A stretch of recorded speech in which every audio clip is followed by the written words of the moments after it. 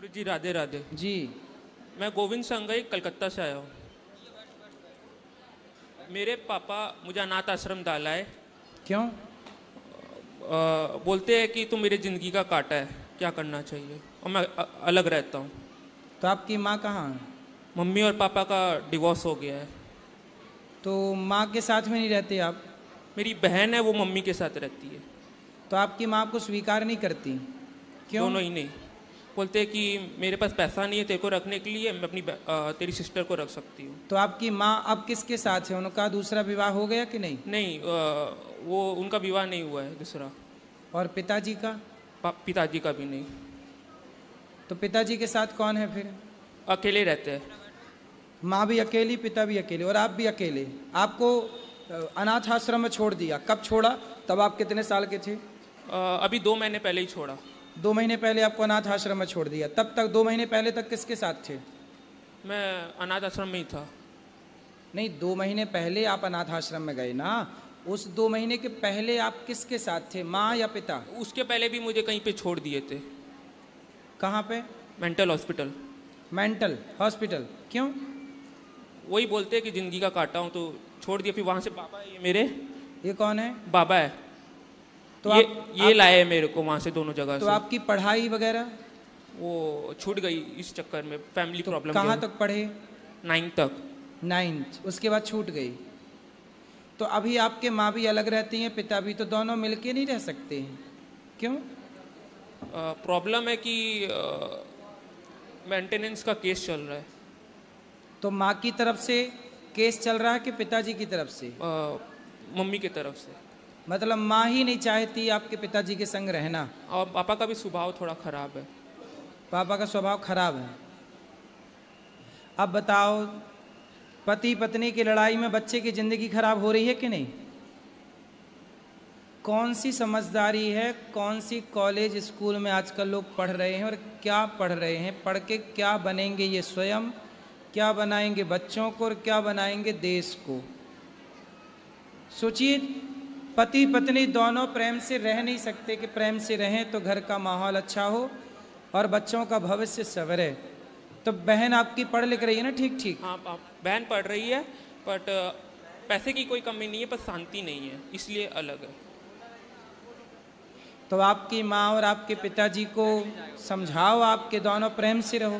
5 साल से अलग है। हैं? 5 साल। कोई बात नहीं, 5 साल से अलग है तो क्या हुआ? हम लोग ने समझाने की कोशिश रहना की। चाहे तो वो साथ में रह सकते हैं। नहीं, हम लोग ने समझाने की कोशिश की थी, तो पापा ने धमकी दिया बाबा को कि अगर आप कलकत्ता आए, अभी जो मुझे वहाँ से लेके आए यहाँ पे, मैं जयपुर में ही था, तो बोलते कि खून कर देंगे बाबा का, मार डालेंगे। तो आपकी माँ क्या चाहती हैं पिताजी से आपके? जो चाहती थी वो पापा ने बेच दिया। बेच दिया? स्त्री धन। स्त्री धन? क्या? बाबा ने गोल्ड चढ़ाया था मैरिज में। हाँ। तो वो बेच दिया। तो माँ को पैसा चाहिए था? पैसा नहीं चाहिए थी, वो उनकी मतलब मेरी बहन के मैरिज में काम आता। और पापा को क्या दिक्कत थी माँ से? दिक्कत कुछ नहीं थी, मम्मी के एक हैंड नहीं है। एक हाथ नहीं है? हाँ, अंगुलियाँ छोटी है। उंगलियाँ? तो उनको प्रॉब्लम ये था कि ये अपनी मम्मी से क्यों बात करती है, अपने पिताजी से क्यों बात करती है, अपनी भाइयों से क्यों बात करती है, ये सब दिक्कत थी। मारते थे। तो आपकी माँ वो अपनी माँ से बात करती रहती थी? देखो, हर जगह लड़की की माँ ही जिम्मेदार है। देख लो, लड़की की माँ। देखो, बातें करना, जब पति मना कर रहा है कि बातें ना करो तो ना करो भैया, अपना घर बचाओ। अब किया तो लो, बच्चे अनाथ हो गए। ये कौन सी समझदारी है? और वो आपकी नानी, आपने अपनी नानी को नहीं समझाया कि नानी आप काहे बात करती हो हमारी माँ से? मैं बोला पर उनने कुछ सुना ही नहीं, और उस समय मैं छोटा भी था थोड़ा। मतलब कुल मिला के आपकी नानी ने आपका घर बिगाड़ दिया। ये बात सही है कि गलत है? सही है। उनने सबसे ही लड़के रखा है, मतलब बहुत बड़ी फैमिली हम लोग की, सबसे डिस्प्यूट है। नानी ने? नानी का भी और पापा का। मम्मी का नहीं है, मम्मी तो रहती है अपनी फैमिली के साथ। ठीक है, चलो, भगवान से हम यही प्रार्थना करेंगे कि आपके परिवार में सब अच्छा हो, माँ बाप एक रहें और आप पढ़ाई लिखाई करें आगे की। भगवान सुखी रखे। कोई सवाल हो तो बताओ मेरे लायक। यही सवाल थे। बस यही प्रार्थना कर सकते हैं, आप ले आओ तो हम समझाएं उनको। राधे राधे गुरुजी। जी गुरुजी, मुझे आपसे पूछना है, मुझे जैसे अपनी लाइफ शुरुआत करनी है, क्या तो करना कहाँ है? से लाइफ को शुरू करना है, कहाँ से करना है? लाइफ को शुरू करना है तो अभी कितने साल की हो आप? 20 की हो गई हूँ। तो आपकी लाइफ तो 20 साल पहले ही से शुरू है, नहीं गुरुजी, चली जा रही है। गुरुजी मैं आश्रम में रहती थी, वो आश्रम बंद हो गया है। कौन आश्रम? मैं कौन सा आश्रम? सोदार गिरा बरेली। तो काहे बंद हो गया? सरकार ने करा दिया। सरकार ने बंद करा दी, क्यों? अर्ध सरकारी था। तो आप अब कहाँ रहती हो? घर में कौन है आपके माता पिता? नहीं। कोई नहीं, क्यों? बताओ बताओ, हमें बताओ कौन कौन है आपके घर में? पिता कहाँ आपके? एक्सपायर हो गए। कब? 9 महीना की थी तभी। और माँ? माँ सन 2018 में एक्सपायर हो गई। उस समय आप कितनी बड़ी थी? मेरा हाई स्कूल था सर गुरुजी। कितने भाई बहन हो? भाई नहीं है। बहन? 6 बहनें हैं। आप 6 बहन हो, तो 6 बहन कहाँ है पूरी? सबकी शादी हो गई। तो आपने क्यों नहीं की शादी? मैं छोटी थी तो आश्रम चली गई थी। तो आपकी 6-5 बहनों को मिलके आपका ख्याल रखना चाहिए था। वो लोग पूछते नहीं है। आपकी बहनें आपको नहीं पूछती? नहीं, क्यों? पता नहीं। बहनों का कर्तव्य है कि वो आपका ख्याल रखें, आपका शादी ब्याह करें। कैसी बहनें बताओ? इंसानियत मतलब हर जगह से मरती सी दिखाई पड़ रही है। बताओ, कोई किसी के लिए खड़ा ही नहीं होना चाहता आज के युग में। ऐसे में इंसानों का क्या होगा आगे चल के? कोई प्यासा मरता रहेगा, तड़पता रहेगा, फिर तो कोई ना उसे देखेगा। अभी मैं तो एक वीडियो देखा कल, तब से मैं बड़ा परेशान हूँ। मैंने एक वीडियो देखी कि एक लड़का एक लड़की को हॉस्पिटल के अंदर उसके गले पे छुरी चला रहा था, काट रहा था। वो तड़प रही थी, जिंदा थी। लोग वीडियो बना रहे थे, वहाँ कम से कम 10-20 लोग खड़े थे, पर किसी ने उसे बचाया नहीं। मतलब आजकल सबको वीडियो चाहिए, कंटेंट चाहिए, जिंदगी की कोई कदर नहीं है साहब। आज कोई मरने लग जाए तो यहाँ वीडियो सब बनाएंगे, पर बचाने का कोई नहीं। उदाहरण है वो हॉस्पिटल का, मैंने कल देखा वीडियो। मतलब देखो, ये सगी बहन 5 बहनें हैं, पर इसे कोई अनाथ आश्रम भेज दिया। ऐसे बताओ, कल को इसका कोई शोषण कर ले, कल इसके साथ कोई दुर्घटना घट जाए तो कौन जिम्मेदार होगा?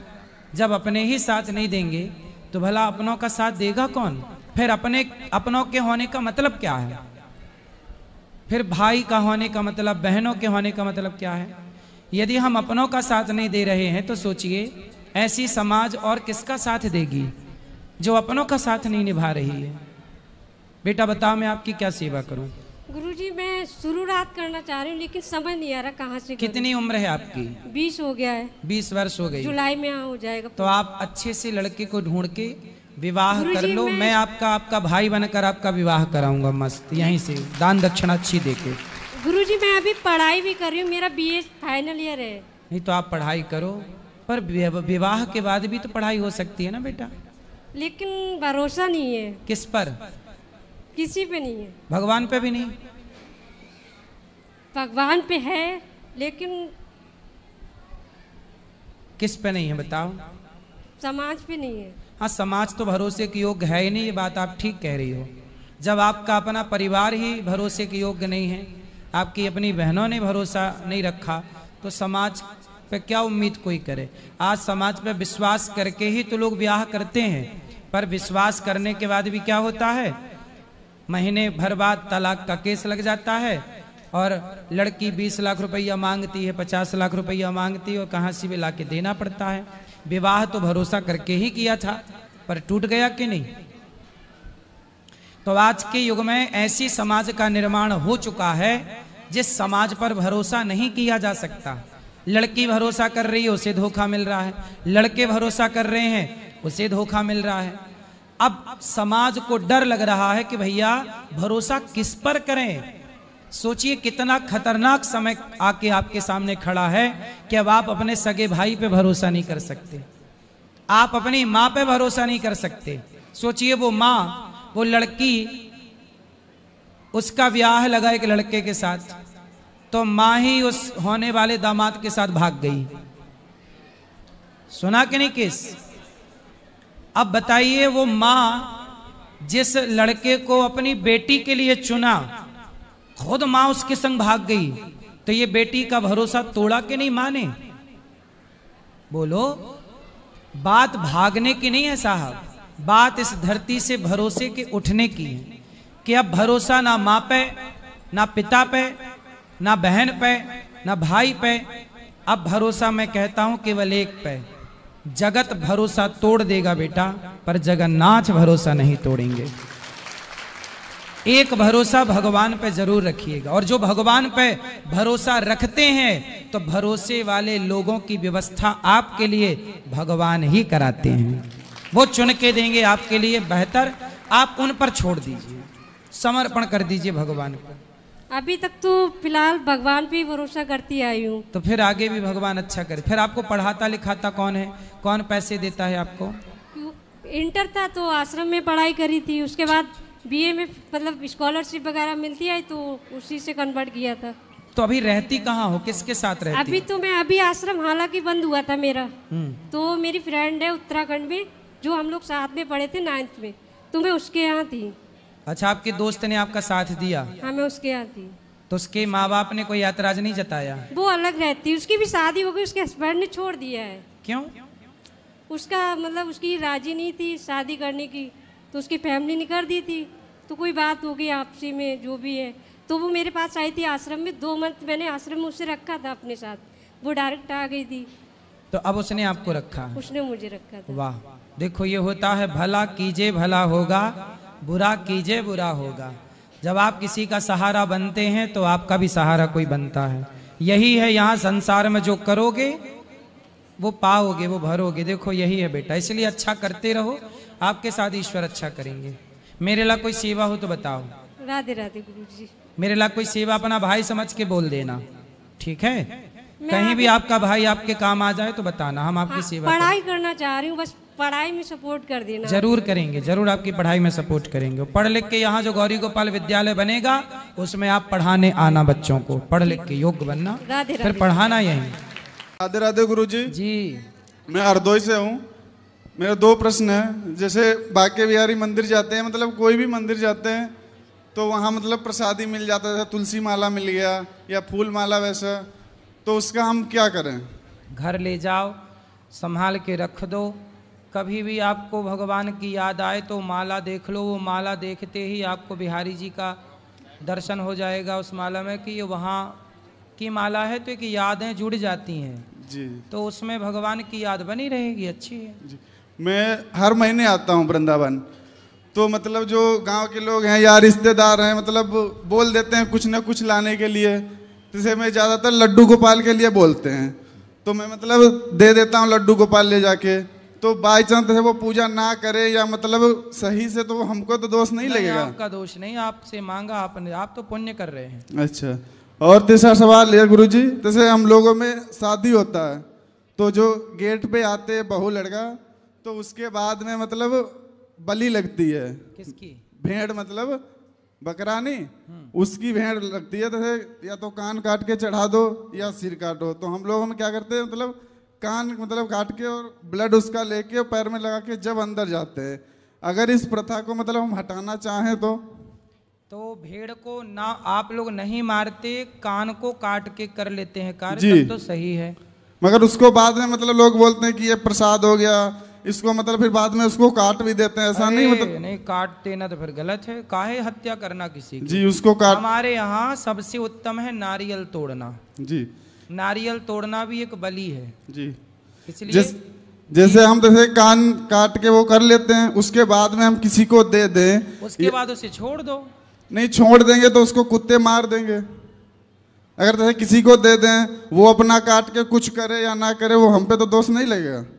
भाई उसे क्यों किसी को दो, मतलब जिसका था उसी को दे दो भैया, तुम संभालो, सेवा करो इसकी। नहीं, वो नहीं ले जाता गुरुजी। क्यों? हम लोग मतलब दूर से खरीद के लाते हैं ना। तो फिर आप लोग उसको पाल लिया करो। तो पाल के भी मतलब उसको कब तक पालेंगे? जब तक वो जिएगा। अच्छा। हाँ, और गुरुजी मेरी माता जी आपको बहुत प्यार करती हैं और टीवी पे भी देखती हैं, उसको प्लीज राधे राधे बोल दीजिएगा। बिल्कुल, राधे राधे। ओके, राधे राधे गुरुजी। खुश रहिए।